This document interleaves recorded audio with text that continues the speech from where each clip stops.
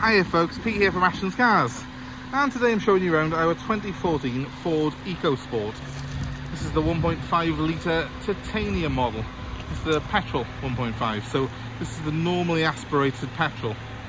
I actually do favour this engine in the EcoSport. On paper, the 1 litre EcoBoost engine that they fit in these is very impressive, but it's not necessarily the strongest of engines. Ford had a lot of problems and a lot of recalls on those cars. The 1.5 though, that's in here, is an absolute gem. It's very, very smooth, it's quiet, performs reasonably well for a normally aspirated 1.5 litre engine, but most importantly, it is very reliable, and that's my priority when I'm looking at cars. So, early EcoSports can easily be identified because they have the wheel slung out on the back like this one does. Later on, they move that wheel underneath the vehicle. I personally prefer the wheel on the back like this has got. I think it looks really a bit more 4x4-esque. Of course, it's not a four-wheel drive. Think of it more as a slightly larger Fiesta on stilts. But nevertheless, it has the looks and it's got the higher driving position, so you've got a good view of the road in it. And also, you do have that sort of easier access that a higher vehicle gives you. So if you have got slightly creaky knees, then the EcoSport's going to be of interest to you. So this is a titanium model, and titanium models throughout the Ford range tend to be the higher spec models. So we've got some pretty nice looking alloy wheels on here. The car comes fitted with reverse sensors. It's got a Bluetooth kit for your phone, which does both the phone and the audio system, so you can play music off your phone while you're on the move. It's also got these nice silver roof rails that you can hopefully see, and a set of front fog lights on it, which look good. I think it's a good looking car. I think that the white of this particular model really does suit it well. This car's only done 54,000 miles. It was supplied by a dealership that we know very well, and they took it back in part exchange. So we've had it back. We've had it off them essentially when they had it back in part X off a customer. They sold it with 24,000 miles and now it's on 54. So the previous owner's done 30,000 miles in it, and they've kept the car serviced with the garage that we know very well. So the car's got a full service history. Things I like on the EcoSport include this very neat tailgate design. So there's a little button under here, and she opens like so. A bit like a RAV4, or the early RAV4s anyway. I quite like this design. I think it's very versatile. It gives you a big access space, and we've got a little parcel shelf here to cover your load. This load area isn't huge, but it's bigger than you would think on a car of this size, because it's very, very deep. It's very high, this load space is. And you can also, of course, take the parcel shelf out and stick things a little bit higher again if you need to. It does make it a very, very practical car. And the boot space, I would say, is probably not far off its bigger cousin, the Ford Focus. So that makes it very practical indeed. You will notice this car's running at the moment. I don't know why I've left it running. Well, I do actually. It's a boiling hot day and I want to keep the aircon on. But I can lock it with these buttons because the car is keyless. It's essentially got two key fobs, but you just press a button to get in the car, and you also just press a button to start it and stop it. It's all done very cleverly on the titanium model. So it's got keyless go, as long as you've got that transponder somewhere on your person. As you can see, it is in very, very good condition. There's one or two very minor little blemishes, and just to show you, there is a piece of trim missing here for the eagle-eyed of you, which I've got on order from Ford at the moment. So that'll be coming in, and will be fitted on the car before it goes anywhere, and it'll have a full workshop inspection by our local friendly mechanic. But overall, I think these are a great buy for someone. I've not had too many of them in before, and it really impressed me. I drove this car about 40 miles yesterday back to base here, and I very much enjoyed driving it. I like the higher position of the car. I like the seating position, particularly in this EcoSport. So it was a great little car to drive home. That's again the switch to lock and unlock the car there on the door handle, but it is all open, so let's have a look inside. You can see those pair of transponder keys that I've got on the passenger seat there, and a nice well laid out dashboard. If it looks like the lights are flashing, that's my recording equipment, not the car. Plenty of space though.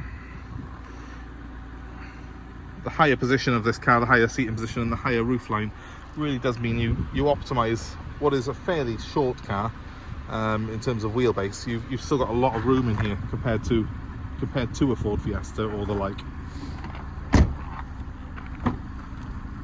Moving on to the back, it's actually a full 5-seater this car is, and it has got ISOFIX seating as well, so very, very practical. Being the titanium, there is a fold down armrest between those front seats there for a bit of added comfort. Oh, sorry, I've got hay fever. I'm going to get in this car in a second just to get some nice aircon on me, I think. Oh, that's absolute bliss. I've left this running so as it would be nice and cool inside. The air conditioning on these is fantastic. And another thing that I really like on the EcoSport, in fact any Ford really of this era, is the sync system for the mobile phone. It works an absolute treat. I've got my music playing off my mobile phone on there at the moment. Or I've got the volume turned right down for you. I really love the display of the aircon and climate control. Keep it on cold. It really does work for me very well because these are nice and simple and easy to use. It's plain and easy to operate this car. That, in my opinion, is part of the appeal. I don't want something that's overly complicated with lots of switches, and Ford have done a good job really of keeping it quite simple inside. When you start the car, you do use this power button here to start it, so that will turn it on or off. As long as you've got the clutch depressed, it will turn it on. All you need is one of these transponder keys on you. Now these transponders have a remote on them for the locking, but you can also lock it by pressing the switches on the doors, which I showed you earlier, which works an absolute treat. But a nice spacious interior. Things like the little fold down armrest do add a little touch of luxury on this titanium model, and with the climate control and also the fact that I have got, if I put it in reverse, reverse park sensors which come up on that display there, it does make it that little bit more attractive, I think, for anyone really who's got sort of looking for something that's small, capable, city friendly without a doubt. It's no off-roader, please don't be fooled by the looks. It does not go off-road, this car, but it is a little bit more capable, I would say, in the city, because the higher driving position gives you a really commanding view of the road. And you've even got these little windows here on the sides which sort of take out any blind spots, so all-round visibility on the EcoSport is really, really good. So if you're looking for one of these, this is a perfect example really. 54,000 miles on the clock from new. So very, very low mileage for the age of the car, and with full service history, which is obviously something that you would always need to be looking for on a car like this. Please beware of the 1 litre versions.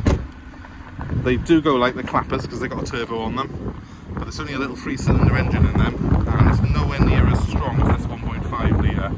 I would personally prefer to have a 1.5 litre like this in this car.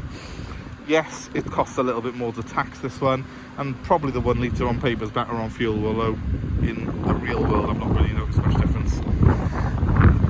However, I will always say a 4-cylinder normally aspirated version like this is a stronger, more dependable engine, and there's a lot less to go wrong on it. So my personal advice, if you're looking at EcoSports, is check out the 1.5.